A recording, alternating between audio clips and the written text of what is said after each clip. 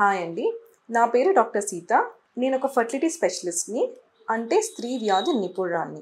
ఈరోజు మనం ఏఎంహెచ్ అనే దాన్ని ఇంక్రీజ్ చేసుకోవచ్చా, అంటే అండాల సంఖ్యని ఇంక్రీజ్ చేసుకోవచ్చా అనే దాని గురించి మాట్లాడుకుందాం. సో ఫస్ట్ అసలు ఇంక్రీజ్ చేసుకోవచ్చా అని మాట్లాడుకునే ముందు అసలు ఏఎంహెచ్ అంటే ఏంటి, అండాల సంఖ్య ఎలా తగ్గుతుంది అనే దాని గురించి చెప్తాను. ఏఎంహెచ్ అంటే యాంటీ ములేరియన్ హార్మోన్. అది మన బాడీలో ఉన్న ఎగ్ నంబర్ని డినోట్ చేస్తుంది. జనరల్లీ ఏఎంహెచ్ 3 కన్నా ఎక్కువ ఉంటే చాలా బాగున్నట్టు, 2 to 3 ఉంటే పర్వాలేదు, అంత ప్రాబ్లం ఏం లేదు, బార్డర్ లైన్ ఉన్నట్టు. 2 కన్నా తక్కువ ఉంటే కొంచెం తక్కువ ఉన్నట్టు అనమాట. అప్పుడు మనకు కొంచెం భయం వేస్తుంది. అదే 1 కన్నా తక్కువ ఉందంటే చాలా తక్కువ ఉన్నట్టు. సో ఈ ఏఎంహెచ్ అనేది అంటే మనకి అండాల సంఖ్య అనేది పుట్టుకతోనే ఒక ఫిక్స్డ్ నంబర్ ఆఫ్ ఎగ్స్తోనే పుడతాం అనమాట. మనకి పీరియడ్ స్టార్ట్ అయినప్పుడు, అంటే పెద్ద మనిషి అయినప్పుడు అండాలు రిలీజ్ అవుతూ ఉంటాయి. సో అవి రిలీజ్ అయ్యి మనకి అండాల సంఖ్య తగ్గుతూ ఉంటుంది. సో మన పీక్ అండాల సంఖ్య మన మెనార్కీ టైం, అంటే ప్యూబర్టీ, పెద్ద మనిషి అయిన టైంలో మనకి పీక్ అండాల సంఖ్య ఉంటుంది. మంత్లీ మనకి పీరియడ్ వచ్చే టైంలో అంటే అండాలు రిలీజ్ అవుతూ ఉంటుంది కాబట్టి అండాల సంఖ్య తగ్గుతూ ఉంటుంది. ఇలా తగ్గి ఏఎంహెచ్ ఆల్మోస్ట్ 0కి దగ్గరగా అయిపోయినప్పుడు మనకి మెనోపాజ్, అంటే పీరియడ్స్ ఆగిపోయే స్టేజ్కి వెళ్తాం. ఇది పూర్వకాలంలో 50 years 55 years అట్లా అయ్యేదన్నమాట.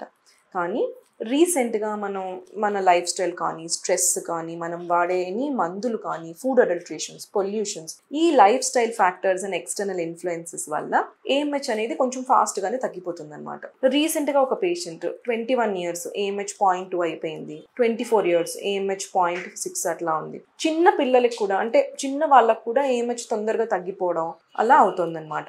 సో జనరలీ ఏఎంహెచ్ మనకి లైఫ్ స్టైల్ ఫ్యాక్టర్స్ వల్ల కానీ, లేదా మన అండాశయాల మీద ఏదైనా సర్జరీ, సిస్ట్లా ఉండి ఏదైనా సర్జరీ అయినా కూడా, లేదా అండాశయాల్ని తీసేయాల్సి వచ్చినా కూడా తగ్గుతుందన్నమాట. ఈ ఏఎంహెచ్ మనకి తగ్గిపోయిన తర్వాత పెంచలేము.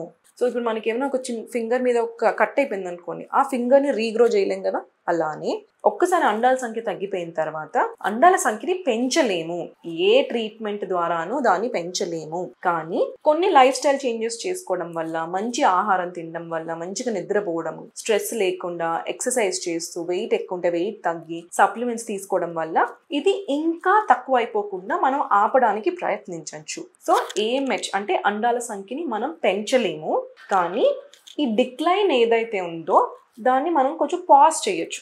అలా తగ్గిపోయేదాన్ని కొంచెం ఆ పాజ్ చేసి ఆ టైంలో మనం ట్రీట్మెంట్ తీసుకుని బయటపడాలన్నమాట. సో ఈ డిక్లైన్ని తగ్గించాలి అంటే కనుక లైఫ్ స్టైల్ చేంజెస్ అండ్ కొన్ని సప్లిమెంట్స్ ఉంటాయి, డిహెచ్ఏ, అలా కొన్ని సప్లిమెంట్స్ వేసుకుంటే ఈ డిక్లైన్ని మనం కొంచెం పాజ్ చేసి తగ్గించవచ్చు. అంతేకాని ఏఎంహెచ్ని మనం పెంచలేము. సో ఏఎంహెచ్ తక్కువ ఉంది అంటే మీకు ప్రెగ్నెన్సీ రాదని కాదు.